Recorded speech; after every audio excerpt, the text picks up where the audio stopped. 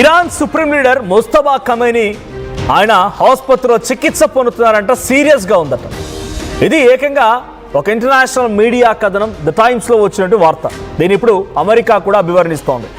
ఇప్పటి వరకు మరి ముస్తఫా ఖమైనీ ఉన్నాడు, ఆదేశాలు జారీ చేశాడు, వీడియోలు కనిపించాయి. ఆయన దగ్గరుండి అక్కడ వార్ రూమ్ని కూడా క్రియేట్ చేసుకొని అక్కడ అధికారులతో మాట్లాడుతున్నాడు.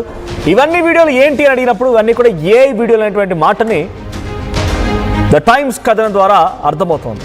సో అయితే ఇనిషియల్గా ఫిబ్రవరి 28న ఎప్పుడైతే వార్ జరిగి ముందుగా అలీ ఖమైనీ అంతమొందించారో ఆయన ఒక సీక్రెట్ బంకర్లో దాక్కున్నప్పుడు ఆయన పైన B-2 బాంబర్లతో అమెరికా దాడి చేసి హతమార్చిందో, అంతకంటే మునుపు ఎంతలా స్కెచ్ వేసిందో కూడా చెప్పే ప్రయత్నం చేశాం. ప్రతిదీ ఇరాన్లో ఉన్నటువంటి ప్రతి ట్రాఫిక్ సిగ్నల్ CCTV కెమెరా నుంచి మొదలుకుంటే అక్కడ నుండి ప్రతి దాన్ని కూడా ఆయన వాడుతున్న ఫోన్ని కూడా ఇజ్రాయెల్ తమ టెక్నాలజీతో హ్యాక్ చేసి వాటిని ఆపరేట్ చేయగలిగింది. అలీ ఖమైనీ ప్రతి మూమెంట్ని క్యాప్చర్ చేయగలిగింది.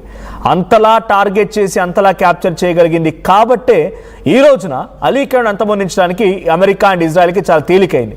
అయితే అదే రోజున అలీ ఖమైనీ ఏ బంకర్లో అయితే ఉన్నాడో అదే బంకర్లో ముస్తఫా ఖమైనీ కూడా ఉన్నారట.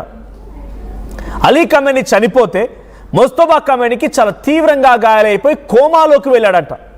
సో వెంటనే అలీ ఖమైనీని మాత్రం అక్కడి నుంచి రెస్క్యూ చేసి ఆయన మృతదేహాన్ని వేరే ప్రాంతానికి తరలించారు. అఫీషియల్గా అలీ ఖమైనీ చనిపోయినటువంటి వార్తని అనౌన్స్ చేసింది ఇరాన్. ఆ తర్వాత ముస్తఫా ఖమైనీ విషయంలో మాత్రమే కొంత సైలెంట్ అయిపోయింది. ఆయన సుప్రీం లీడర్గా నియామకం అయ్యేంత వరకు అక్కడి మత పెద్దలు కానీ సుప్రీం లీడర్గా గతంలో పనిచేసిన వ్యక్తులు కానీ ఎవరూ కూడా మాట్లాడలేదు. ఆయన సుప్రీం లీడర్గా అయిన తర్వాత నుంచి మళ్ళీ ఒక కొత్త నాయకుడు తమకు వచ్చాడనేటువంటి మాటని ఇరాన్ ప్రభుత్వం కానీ ఇరాన్లో ఉన్నటువంటి మత పెద్దలు కానీ చెప్పుకొచ్చే ప్రయత్నం చేశారు. సో మత పెద్దలు కూడా ముస్తఫా ఖమైనీ పేరును ప్రతిపాదించినప్పుడు డొనాల్డ్ ట్రంప్ ఒక ట్వీట్ చేశారు, మీరు రెజ్యూమీ మారాలని కోరుకున్నా, నేను అలీ ఖమైనీ చనిపోతే అలీ ఖమైనీ కుమారుడు అలీ ఖమైనీ మనవడో కాదు, నాకు అక్కడ నాకు ఇష్టం వచ్చిన వ్యక్తులు నేను చెప్పిన వ్యక్తులే అక్కడ అధికారాన్ని చేజిక్కించుకోవాలని చెప్పి అమెరికా అధ్యక్షుడు డొనాల్డ్ ట్రంప్ వార్నింగ్ కూడా ఇచ్చారు. కానీ ఆ వార్నింగ్ని కూడా ఇరాన్ బేఖాతరు చేసింది, పట్టించుకోలేదు. ఎటకెళ్ళకి అలీ ఖమైనీ కుమారుడు ముస్తఫా ఖమైనీ సుప్రీం లీడర్గా ఎన్నికయ్యాడు. అయితే ముస్తఫా ఖమైనీకి ఉన్న ది బిగ్గెస్ట్ ఎక్స్పీరియన్స్ ఏంటంటే ముందుగా సుప్రీం లీడర్ అలీ ఖమైనీ ఉన్న సమయంలో ఫ్రంట్ ఫేస్లో అయినా కూడా బ్యాక్ ఎండ్లో ప్రతిదీ కూడా ముస్తఫా ఖమైనీ నిర్వర్తించేవారంట, ప్రతిదీ కూడా.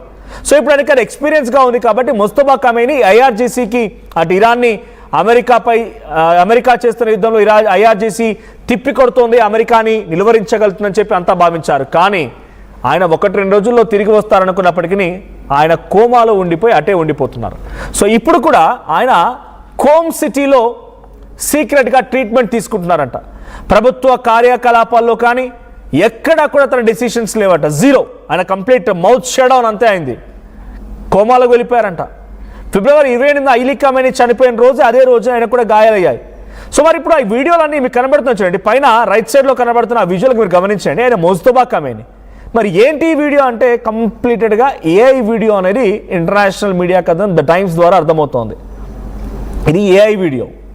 మరి ఈ ముస్తఫా ఖమైనీ AI వీడియో అయినప్పుడు ముస్తఫా ఖమైనీకి సంబంధించిన విషయం పైన ఆయన చనిపోయాడు లేకపోతే చికిత్స పొందుతున్నాడు కోమాలోకి వెళ్ళాడు అనేటువంటి మాటని పదే పదే ఇజ్రాయెల్ అమెరికా చెప్తుంటే ఇరాన్ ఒక స్టేట్మెంట్ ఇచ్చింది, నేతన్యాహును కూడా మేము చంపేస్తాం, నేతన్యాహుకు is also no more. Israel ప్రధాని నేతన్యాహును కూడా హతమార్చమని చెప్పి ఇరాన్ చెప్తోంది. If at all the Times రాసిన కథనం మేరకి ముస్తఫా ఖమైనీ కోమాలో ఉండి కోమ్ సిటీలో ఆయన చికిత్స పొందుతూ ఉంటే ఇరాన్ క్లెయిమ్ చేస్తున్న వార్తలు కూడా నిజమేనా? నేతన్యాహును కూడా హతమార్చిందా ఇరాన్? నేతన్యాహు చనిపోయాడా? నేతన్యాహు చనిపోతే ఆయన మీడియా సమావేశాలు పెడుతున్నట్టు ఆయన మీడియాకి అడ్రస్ చేస్తున్నట్టు అన్ని మాటలు ఎలా వస్తూ ఉన్నాయి? సో ఇంత పెద్ద యుద్ధం జరుగుతోంది, అమెరికా అధ్యక్షుడు కంటిన్యూస్ ప్రెస్ మీట్లు పెడుతున్నాడు, ట్వీట్ చేస్తున్నాడు, రకరకాల పరిణామాలు జరుగుతున్నాయి. But where is Netanyahu? ఎక్కడ ప్రజలు అందుబాటులో ఉన్నాడు? ఎక్కడ ఆయన ప్రెస్ మీట్లు పెట్టాడు, ఎక్కడ అనౌన్స్మెంట్ చేశాడు, ఎక్కడ స్టేట్మెంట్ ఇచ్చాడు? ఇంత తీవ్రమైన యుద్ధం జరుగుతుంటే ఆయన అటెండెన్స్ కానీ ఆయన ప్రెజెన్స్ కానీ ఎక్కువగా లేకపోవడంతో he is also dead as per the claims of Iran అనే రకంగా ఇరాన్ క్లెయిమ్ చేస్తోంది. ఇరాన్ చెప్పినట్టుగా నేతన్యాహు కూడా చనిపోయాడు అనేటువంటి మాట నిజమే అనేటువంటి మాటని ఇంటర్నేషనల్ కథనాల్లో కొంతమంది ఎక్స్పర్ట్స్ చెప్తున్న మాట. సో ఇరు దేశాలు కూడా రాజులేని పోరాటాలు చేస్తూ ఉన్నాయి, రాజులేని యుద్ధాన్ని కొనసాగిస్తున్నాయి. మరి ఇక్కడ ఎవరు ఈ అన్నిటికీ కారణం అంటే డొనాల్డ్ ట్రంపే. ఇరాన్పై అటాక్ చేసేది ఆయనే, నెతన్యాహు ప్లేస్లో ఆయన ఆర్మీకి వార్నింగ్ ఇచ్చేది ఆయన, ఆర్మీకి డైరెక్ట్ చేసేది ఆయన. సౌదీ, ఖతార్, బనామా, బహ్రెయిన్, ఓమన్, యుఏఈ ఈ ప్రాంతాల్లో ఉన్నటువంటి అమెరికా ఎయిర్ బేసెస్ పై అటాక్ జరుగుతుంటే వాటిని తిప్పి కొట్టేది కూడా డొనాల్డ్ ట్రంప్. మొత్తంగా యుద్ధానికి ముగింపు పలికేది ఆయనే, యుద్ధాన్ని మొదలుపెట్టేది కూడా ఆయన అన్నట్టుగా ఉంది.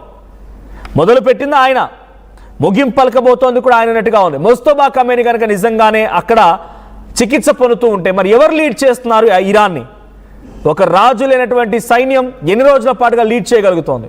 సో ఇక్కడ ఇంట్రెస్టింగ్గా ఇరాన్ దగ్గర ఒక అద్భుతమైనటువంటి ఒక సిస్టమ్ ఏంటట అంటే, ఇరాన్ దగ్గర రాజు లేకపోయినా సరే సైన్యం మాత్రం ఒక్కసారి ఫిక్స్ చేసి ఆ గైడ్ లైన్స్ని పాటించాలని ఆర్డర్ పాస్ చేస్తే అక్కడ రాజు అయినా సరే ఆ స్థానంలో ఇంకెవరున్నా సరే ఆ ఆర్డర్స్ని తూచ తప్పకుండా పాటిస్తూ ముందుకు వెళ్తూ ఉంటుందట. అందుకే ఎటువంటి ఆదేశాలు లేకపోయినా, ఎటువంటి సూచనలు సలహాలు లేకపోయినా ఏకతాటిగా ఐఆర్జీసీ పోరాడి ఇటు ఆ గల్ఫ్ కంట్రీస్తో పాటుగా ఇరాన్ని సైతం, అమెరికాని సైతం కొంత చుక్కలు చూపిస్తోంది ఇరాన్.